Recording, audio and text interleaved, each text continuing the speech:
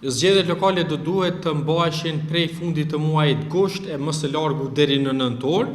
Mund të mbahen të njëjtën kohë edhe zgjedhjet lokale dhe zgjedhjet për parlament. Gjasat janë që të ketë zgjedhje sërish për kuvendin e Kosovës. Tashmë jemi zyrtarisht brenda afatit kur presidentja ka diskrecion që të shpall datën e zgjedhjeve lokale pas konsultimit me partitë.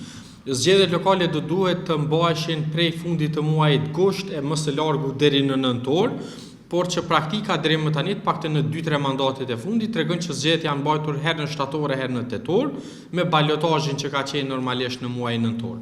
Unë besoj që në fakt ndër arsyet se pse presidentja ende nuk e ka thirrur takimin konsultativ, ndonse e njëjta ka ende hapësirë për ta bërë një gjë të tillë.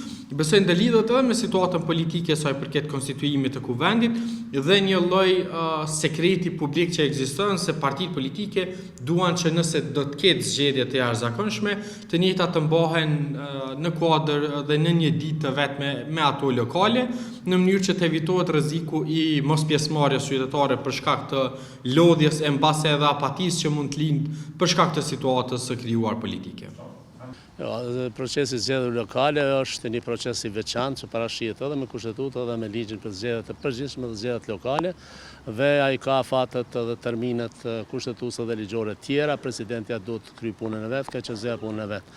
Por nëse do të ketë marrëveshje politike, pra në këtë ngërç politik që subjektet politike të shkojnë në zgjedhje, gjë që nuk i bën mirë askujt, atëherë natyrisht mund të mbahen të njëjtën kohë edhe zgjedhjet lokale dhe zgjedhjet për parlament.